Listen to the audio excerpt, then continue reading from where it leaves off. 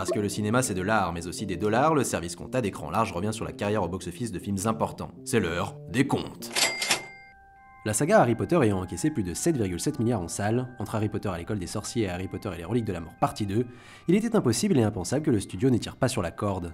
Et ainsi est née la saga spin-off des Animaux Fantastiques. Mais si l'équipe parle d'une saga d'ores et déjà préparée sur 5 films, Les Animaux Fantastiques, les Crimes de Grindelwald n'a pas été à la hauteur des attentes côté finance. Retour sur la carrière au box-office des Animaux Fantastiques 2.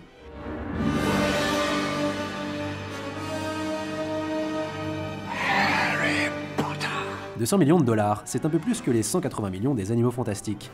Comparé au Harry Potter, sans l'inflation, il est plus cher que tous les films sauf Harry Potter et le Prince de Sang Mêlé, qui avait coûté environ 280 millions de dollars. 200 millions reste un budget très élevé, similaire à Black Panther ou Aquaman par exemple. À ce budget de production officielle s'ajoute comme toujours le budget marketing. Pour un blockbuster de cette trempe, c'est une donnée non négligeable. Forbes estime que le studio a dépensé minimum 100 millions de dollars en promo, quand le New York Times parle de 150 millions de dollars. Les Animaux Fantastiques, les Crimes de Grindelwald a donc coûté au bas mot 300 millions de dollars. C'est énorme. 653,3 millions de dollars. C'est beaucoup, et Les Animaux Fantastiques 2 est le 10e plus gros succès mondial de 2018, loin derrière les poids lourds Marvel. La suite se place ainsi derrière Deadpool 2 et Mission Impossible Fallout. Le score est aussi très loin des 814 millions de dollars des Animaux Fantastiques sortis en 2016. Enfin, c'est le plus petit score de toute la saga Harry Potter qui, au pire, avait encaissé près de 797 millions de dollars avec Harry Potter 3, et ce, sans prendre en compte l'inflation.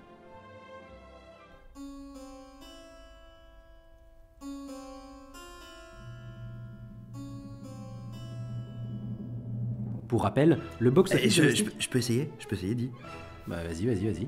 Ok, j'essaye. Pour rappel, le box-office domestique, les États-Unis et le Canada, est vital puisqu'un studio récupère plus sur ses recettes que partout ailleurs. Là encore, les Crimes de Grindelwald fait moins que le précédent volet. 159,5 millions contre 234 millions en 2016. Là encore, c'est le plus mauvais score de la saga Harry Potter, derrière les 249,5 millions de l'épisode 3, mais enfin bon, hein, c'est quand même pas mal. Harry Potter et le prisonnier d'Azkaban, voilà, c'est ça, c'est l'épisode 3. Harry Potter et les reliques de la mort, partie 2, avait à nouveau été assommé avec 381 millions. Et avec ça, on achète des épinards. En 2018, Les Animaux Fantastiques 2 est donc le 20e plus gros succès en Amérique du Nord. Il arrive au même niveau qu'Halloween, qui a coûté quand même 20 fois moins cher. «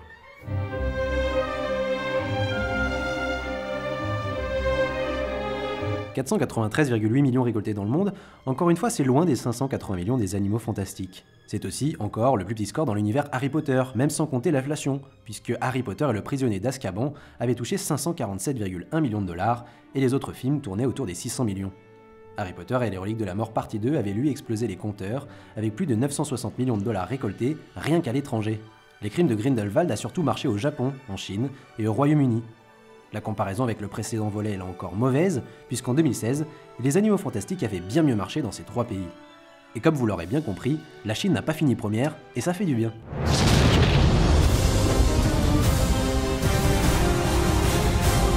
L'exception française, les Crimes de Grindelwald a fait mieux que le premier volet, de peu, mais tout de même. Alex, je peux le faire s'il te plaît, s'il te plaît. Excusez-moi, mais c'est quoi ce bordel là actuellement? Oh c'est bon, ça va, fais tourner un peu. Ok, bah je fais tourner, vas-y, tranquille. Merci.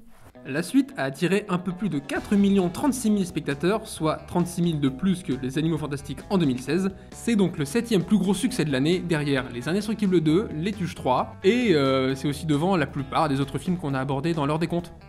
Malgré tout, ça reste très inférieur à la saga Harry Potter qui a oscillé entre 6 millions avec Harry Potter et les reliques de la mort partie 1 et 9,6 millions pour Harry Potter à l'école des sorciers. Voilà, merci. Bon alors là c'est l'heure du bilan, c'est sérieux, donc on déconne plus, on me coupe plus, ok?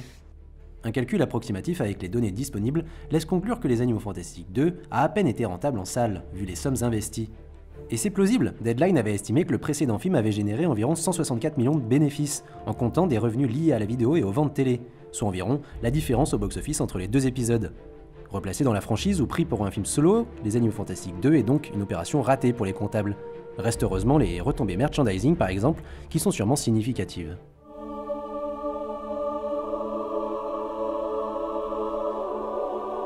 La première raison, Les Animaux Fantastiques n'est pas Harry Potter, tout simplement. Le studio a probablement surestimé la force de la marque au-delà des personnages de la saga principale. D'autant que si le petit sorcier avait pu gagner des millions de fans au fil des livres, Norbert Dragono, lui, n'a pas eu ce privilège. La deuxième, l'effet préquel. Si le public est d'abord curieux à l'idée de replonger dans un univers familier, il peut très vite se détourner des grosses opérations des studios. Surtout si l'idée est de prendre en otage le spectateur sur plusieurs années, et une foule de préquelles suites, sous prétexte qu'à la fin, ce serait reconnecté au film si précieux. La saga Alien l'a récemment payé cher, à trop tirer sur la corde, les studios prennent donc le risque de se retrouver à deux doigts d'être pendus avec. Enfin, plus simplement, le film n'a satisfait ni la critique ni le public. Sur l'agrégateur de notes américain Rotten Tomatoes, Les Animaux Fantastiques, les Crimes de Grindelwald est à 37% presse et 59% public, loin des 75% et 79% du premier film. Sur Metacritic, c'est moins énorme, mais similaire, 52 sur 100 pour Les Animaux Fantastiques 2, contre 66 pour le premier volet. Le reste de la saga sera au minimum réévalué, d'un point de vue artistique et ou financier. Que le deuxième épisode de cette nouvelle saga, le 10e de l'univers Harry Potter, marque de si tristes records, est un signal fort envoyé par le public. En octobre 2016, J.K. Rowling avait eu l'audace d'annoncer, avant même la sortie du deuxième film, que Les Animaux Fantastiques serait une saga en 5 longs métrages. Nul doute que cet agenda sera donc bouleversé, vu le potentiel commercial revu à la baisse. En janvier 2019, Deadline annonce que la production des Animaux Fantastiques 3 est repoussée de quelques mois, officiellement, pour mieux préparer le tournage. La Warner est-elle déjà en train de remanier les choses et rafistoler l'intrigue afin d'éviter une situation fâcheuse? Le réalisateur David Yates sera-t-il remplacé pour les éventuelles suites, après s'être confortablement installé dans la saga depuis plus de 10 ans? Il faudra encore patienter avant d'avoir des éléments de réponse. Can you dance like